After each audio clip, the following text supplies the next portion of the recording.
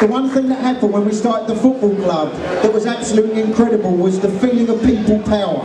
The feeling that everyone could join in. I look out at this crowd in front of me now and I see loads of people that have done lots of voluntary work for the club. I also see fans that just come along every week and do their bit just by coming through the doors, drinking their beer, buying their tickets for things, buying their merchandise. The whole club is all one and all one together.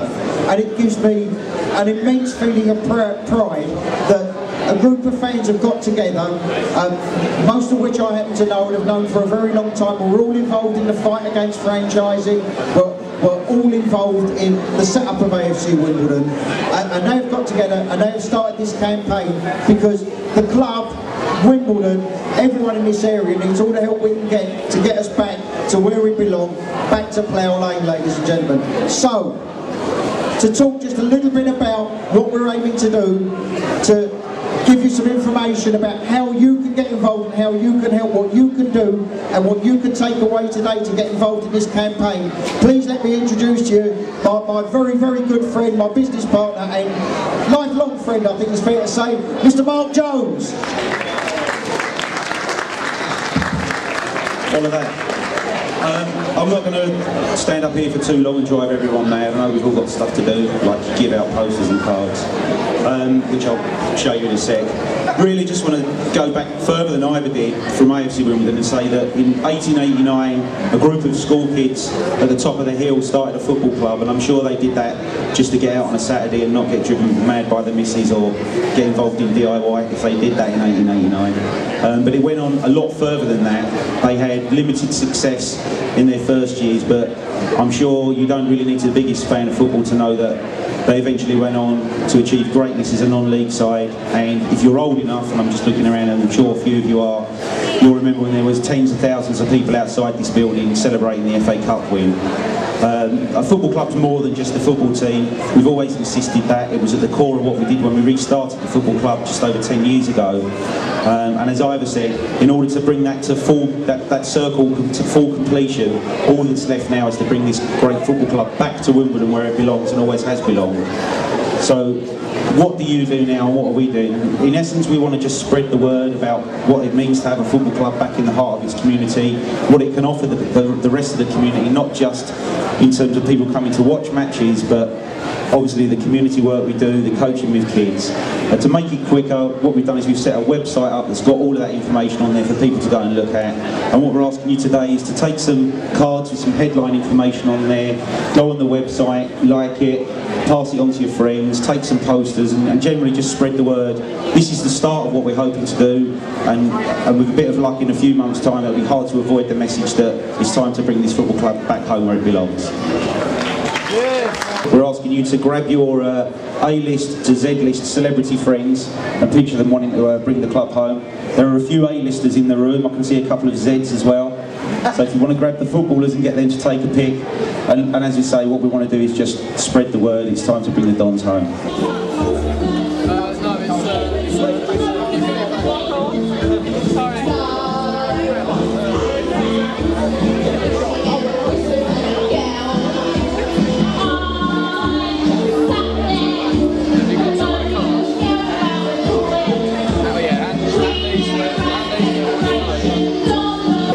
At the launch of the Bring the Dons Home campaign today, I'm delighted to say, is Charlie Talbot and Mark Jones. First of all, Mark, how important is this event and how well received has it been? Well, firstly, it's been very well received. I think the local people, there's always a big attendance here anyway, but it's great to see the football club involved in something locally and that we're seen as a valued part of an event like this. It's great to see all the players and the staff turn out as well.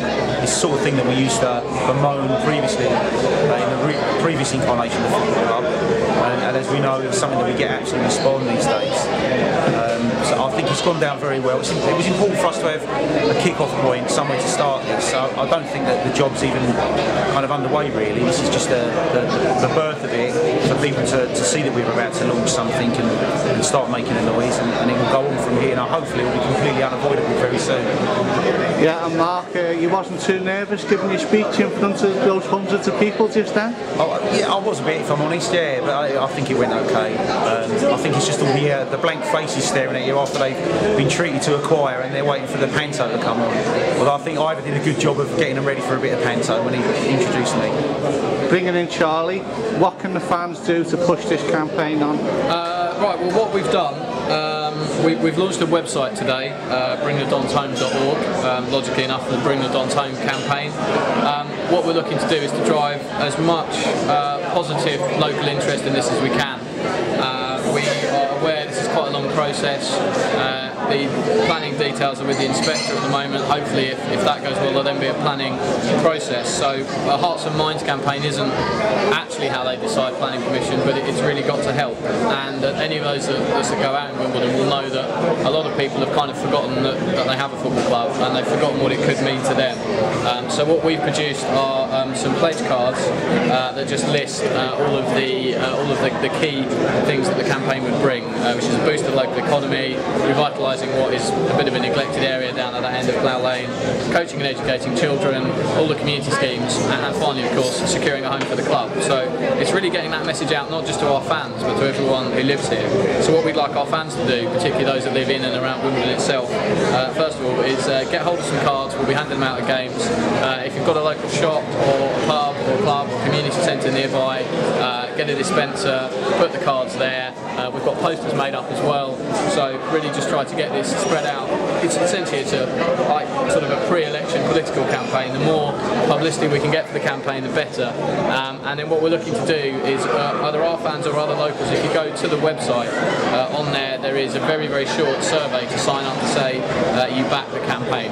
It also means if you are one of our fans and someone says to you, well, why would we want them back? What's the point? What's in it for me? I support Chelsea, why should I care? We've listed a lot of the reasons on the website why this is a good idea and why this would be a benefit to the wider community. So really just hoping to remind people it's a great community asset. So grab a card, go to the website, stick a poster up, get involved. I'm bringing in Mark again. That's great to hear, and looking back at 2002, you were involved in setting up the club. This is another very important stage in AFC Wimbledon, isn't it? It is very much so. I mean, I mentioned when we did the launch on the stage there that when we set the club up, at the very heart of it was that we wanted to represent this area still. There was no point leaving that big chasm there. Of all the work that had gone in the past, and what we wanted to do was bring that to proper fruition. Football club, I believe, when we started the club, we wanted a club that represented this area and was part of the community. And obviously, now it's our club, we can set the club up like that. The final cherry on the top of the cake here is to actually be based back in Wimbledon, which is where we've always belonged. So, yeah, it's something that Ivor touched on it. When you talk about the story and people say about, we can make the Hollywood film now, you're back in the Football League, you can't quite write the final chapter till we kick a ball in SW19 and you can probably start casting now. But the story's about to come to a great end. I truly believe we're coming home, and this is a chance for all of our fans to give us that extra push and to help convince people that might not be aware of what it would mean to have a football club based here. 20 years since we played football here, the football landscape has dramatically changed in terms of what football clubs mean to communities, and I hope that we will be an absolute perfect role model for what a community football club can achieve and is all about. And to do that, we need to be here, come home. So this really, I hope, is the start of the final chapter. And also, this is by far the best shot we've had in 20 years of getting a ground back here. There is political buy-in, there is a plausible possible site, but we as fans were sitting around saying we don't want to sit there and just assume this is going to happen. So we contacted Ivor and Eric and said, what can we do to make this happen? And it's now down to all the Wimbledon fans out there to really drive this campaign as hard as they can, because the more people that back the campaign, the easier it is when councillors have got to make a decision, when they might have some local residents or whatever that aren't as keen. It's important to say, well, actually there are thousands of people who think this would be a good thing, and we all think it would be a good thing for Wimbledon fans, but there are lots of reasons out there that we need to spread that message out there, and now is the time over the next 6 months or so to put the work in for that, and then hopefully in a couple of years we can all sit back and relax in our own stadium and know that we made it happen. Charlie, Mark, thanks for your time and good luck with the campaign. Cheers. Thanks, man.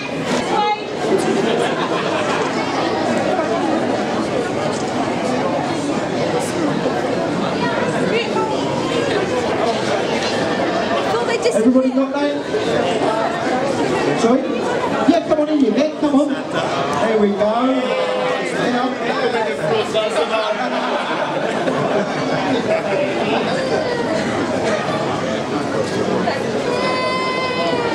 Okay, ladies and gentlemen, everyone got their photographs? Hang on. Ah, right, ladies and gentlemen, this is Susie. Now, Susie is the manager of this here centre court, and one of the things that I can tell you is I had a meeting with Susie last week, and Susie has promised to help us get back to SW19, and that is wonderful. So a round of applause to Susie and everyone at centre court.